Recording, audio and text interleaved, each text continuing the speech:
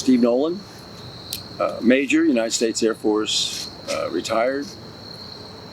I served my country for 30 years, Army and Air Force.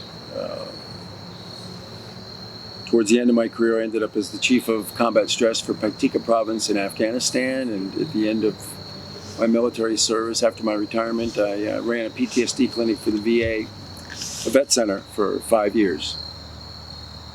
I'm the author of American Carnage, An Officer's Duty to Warn.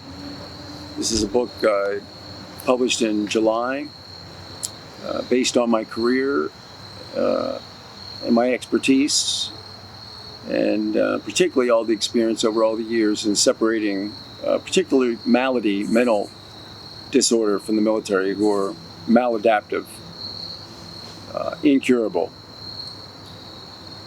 and a threat to the esprit de corps on the home front, or a threat to our reputation if they're deployed to a combat zone. And maybe worse than our reputation, perhaps war atrocities. We're in beautiful Washington's Crossing State Park,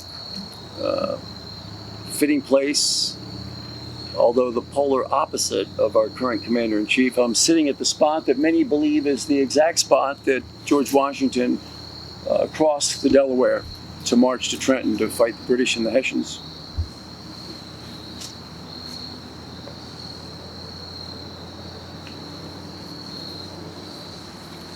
I want to read a quote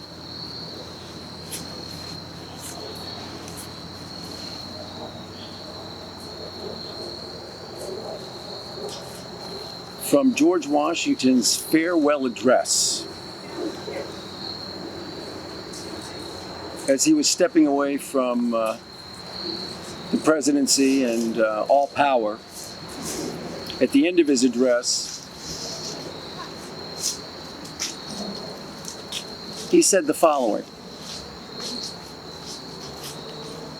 "Though in reviewing the incidents of my administration, I am unconscious of my intentional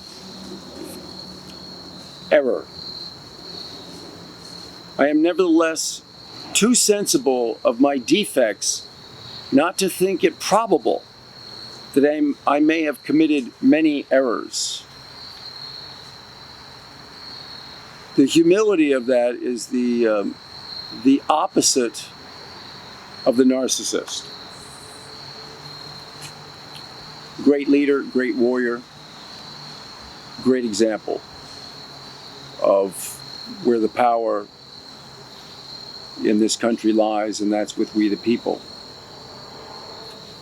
I want to read something from my book, American Carnage, but it has to do with the photo that I chose for the cover.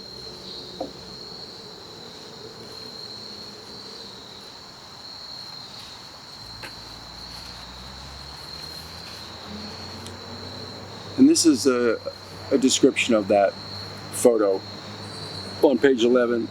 The caption reads, "When you're a star, they just let you do it. You can do anything." On February 29th, in National Harbor, Maryland, the President of the United States attended the 2020 Conservative Political Action Conference, CPAC. He strolled across the stage to the American flag, took it in his arms, gave it a squeeze, planted his lips on it, and mugged for crowd approval.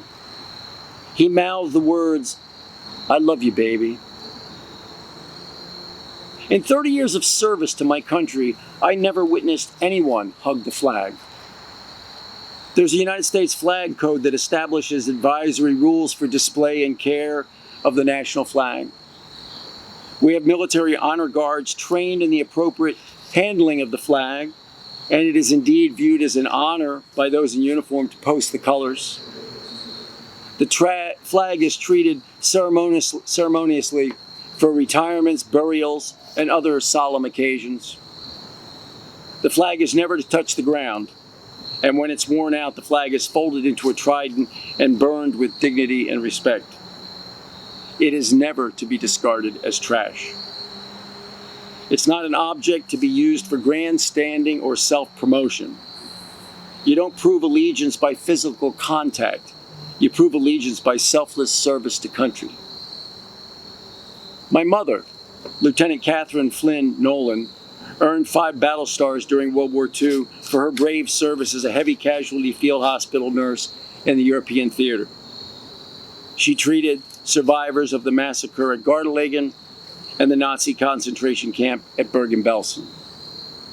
She loved the American flag. She put it out every morning and took it in every evening. It was done respectfully. There was something sacred about it. She had seen too many die defending it, the ideals for which America stands. She had seen it draped over too many caskets, including my father's.